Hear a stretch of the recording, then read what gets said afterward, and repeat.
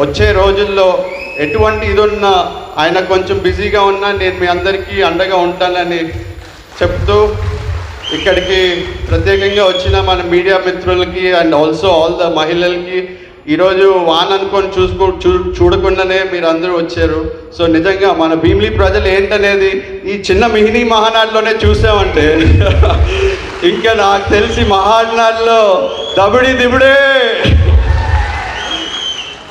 And ఒకటి మొన్న ఏదో వీడియోలో చూస్తూ ఉన్నాను, ఎవరో పెద్ద ఆయన తాట తీస్తాను ఇది తీస్తానని ఒకటే జగ్గు మాయ వస్తున్నాం, కడపకు వస్తున్నాం 27, 28, 29 మీ ఊరికి వచ్చి తడలాడిస్తాం.